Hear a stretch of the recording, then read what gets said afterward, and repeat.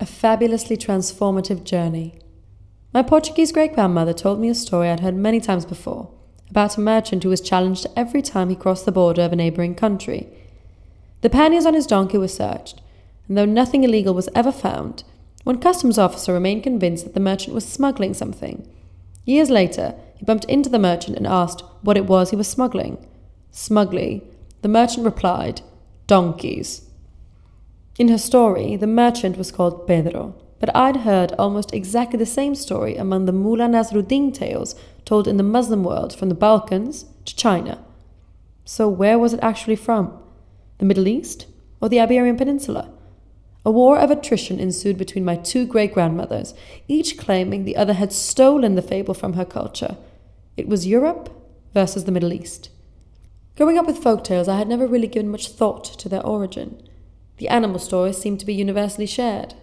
Looking back, I honestly think I discovered a good many of them in American comics, in which Aesop's fables appeared as little add-ons to the longer main story, usually a classic fairy tale, Cinderella, Snow White, Rapunzel. I remember the lurid colours of the illustrations, and wondered why the characters rarely had names, the exception being tricksters, or wise fools, Sheikh Shili from my Pakistani great-grandmother, Ivan the Fool from Russia, or the wonderful Mullah Nasruddin. But at what point did the Mullah become Pedro, or vice versa? There was something about the names that caught my interest. Occasionally, this trickster or wise fool figure turned up in novels, Cervantes' Don Quixote, or Zhigong, the rebellious but compassionate Chinese monk, reputed to have supernatural powers, or Lucky Ivan the Fool from Russia, amusing tales, often containing a pungent twist. These figures emerged from and re-entered the great ocean of fables, floating their way everywhere, purveying universal concerns, feelings and morals, often nameless, stateless, and unbounded.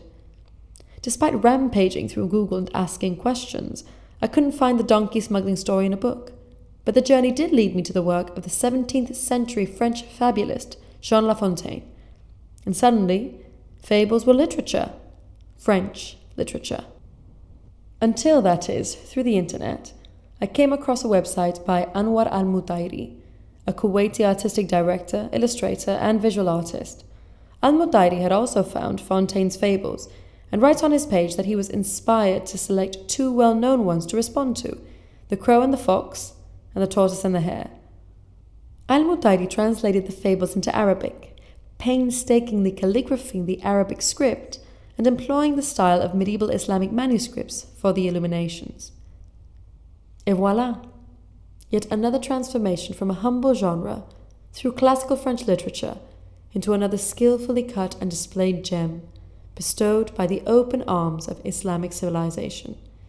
Fair exchange is no robbery, as La Fontaine might pithily have said of the quarrel between my two great-grandmothers.